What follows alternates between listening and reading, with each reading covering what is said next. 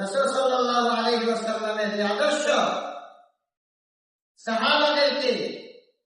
সাহাবাদেরকে আল্লাহ রাসূল সাল্লাল্লাহু আলাইহি ওয়াসাল্লাম যখন এই আদর্শ শিক্ষা দিতেন, তারা মসজিদ এবং বাড়িতে, মসজিদ থেকে যা শিখে গেছে বাড়িতে গিয়ে সেটাকে আমল, ঘরের ভিতরে সেটা আমল করতে, তো তারা দুনিয়ার শ্রেষ্ঠ মানুষ হয়ে গেছে। দুনিয়ার শ্রেষ্ঠ মানুষ হয়ে গেছে।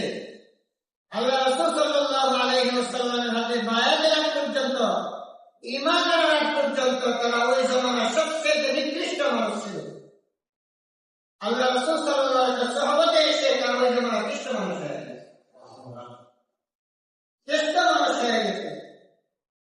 রাসূল আকরাম সাল্লাল্লাহু আলাইহি ওয়াসাল্লাম পুরো হায়াতের জীবনটাই শুধুই মাত্র মেহনত করে গেছে প্রত্যেকটা মানুষ কিভাবে আল্লাহ বলা হয়ে যায়, আল্লাহ বান্দা কিভাবে আল্লাহ তাআলার দিকে চলে আসতে পারে, একটা মানুষ কিভাবে আল্লাহ তাআলাকে চিনতে পারে, আল্লাহ তাআলার তাওহীদ বুঝতে পারে, একাত্মবাদের ঈমান তার ভিতরে